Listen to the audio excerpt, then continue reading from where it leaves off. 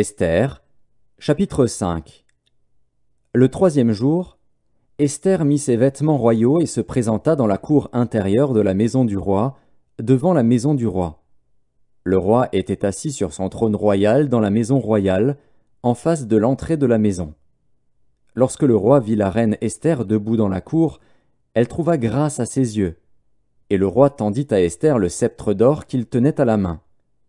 Esther s'approcha et toucha le bout du sceptre.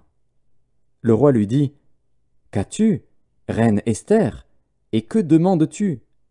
Quand ce serait la moitié du royaume, elle te serait donnée. » Esther répondit : « Si le roi le trouve bon, que le roi vienne aujourd'hui avec Aman au festin que je lui ai préparé. » Et le roi dit : « Allez tout de suite chercher Aman, comme le désire Esther. » Le roi se rendit avec Aman au festin qu'avait préparé Esther. Et pendant qu'on buvait le vin, le roi dit à Esther : « Quelle est ta demande ?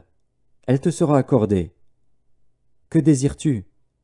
Quand ce serait la moitié du royaume, tu l'obtiendras. » Esther répondit : « Voici ce que je demande et ce que je désire. Si j'ai trouvé grâce aux yeux du roi, et s'il plaît au roi d'accorder ma demande et de satisfaire mon désir, que le roi vienne avec Aman au festin que je leur préparerai, et demain je donnerai réponse au roi selon son ordre. » Aman sortit ce jour-là, joyeux et le cœur content.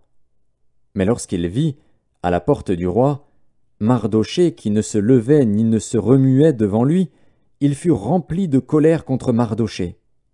Il sut néanmoins se contenir, et il alla chez lui. Puis il envoya chercher ses amis et Zeresh, sa femme.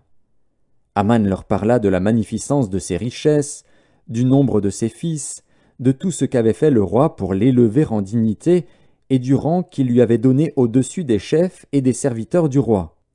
Et il ajouta : « Je suis même le seul que la reine Esther ait admis avec le roi au festin qu'elle a fait, et je suis encore invité pour demain chez elle avec le roi.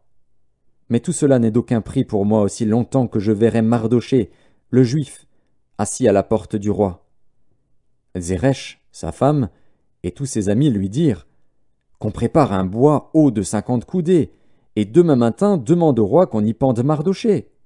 Puis tu iras joyeux au festin avec le roi. » Cet avis plut à Aman, et il fit préparer le bois.